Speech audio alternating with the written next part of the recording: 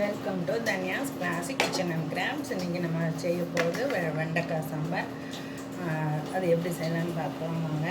வெண்டைக்காயை வாஷ் பண்ணிவிட்டு கட் பண்ணி வச்சுருக்கேன். ஒரு பெரிய வெங்காயம், ஒரு தக்காளி, சீட்ஸ் எல்லாம் எடுத்துட்டு கட் பண்ணி வச்சுருக்கேன்.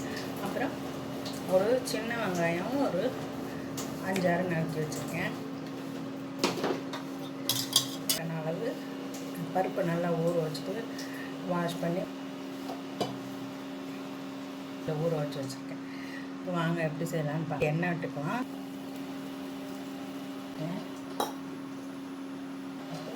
கடுகு போட்டுக்கிட்டேன், கொஞ்சம் ஜீரகம்,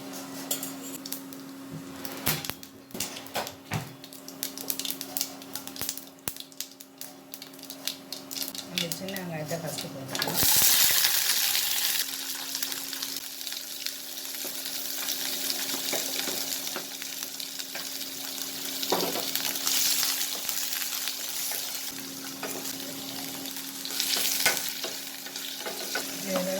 கட் பண்ணி வச்சுட்டு தக்காளியை சேர்த்துக்கலாம்.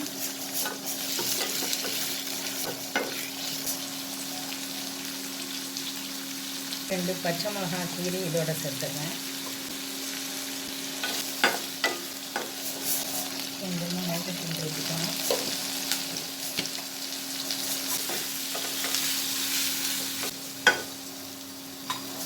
இது வாங்கட்டும். இதுக்கெல்லாம் நம்ம ஒரு தட்டு வச்சு மூடி வச்சுக்கணும்.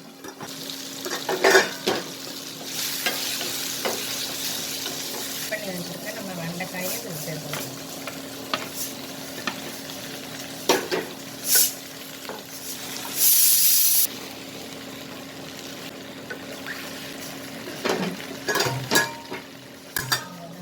மூடி வச்சிடலாம்.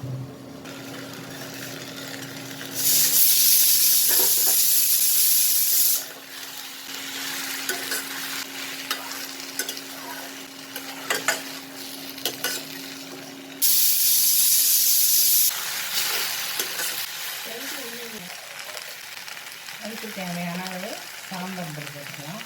நான் 2 பச்சை மிளகாய் போட்டிருக்கேன். அதனால கொஞ்சமாக காரமாக இருக்கும். இந்த ரெசிபியை செய்ய நீங்கள் இருக்குங்களா பார்த்து செய்யுங்க. நீங்களும்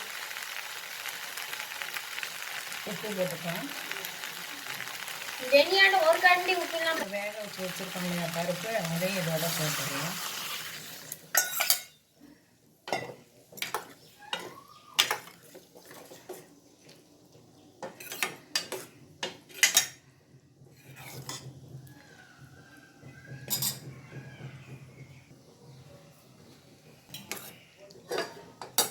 மூடி வச்சுன்னா காய் கொஞ்சம் வேகட்டும்.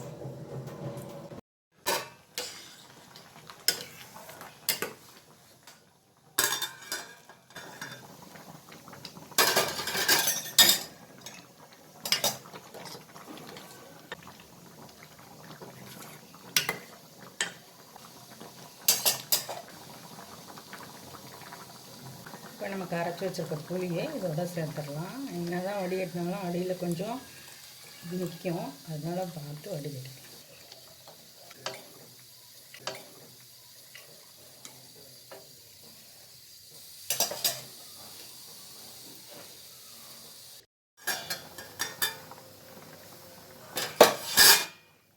இப்போ கருவேப்பிலை போட்டுடலாம்.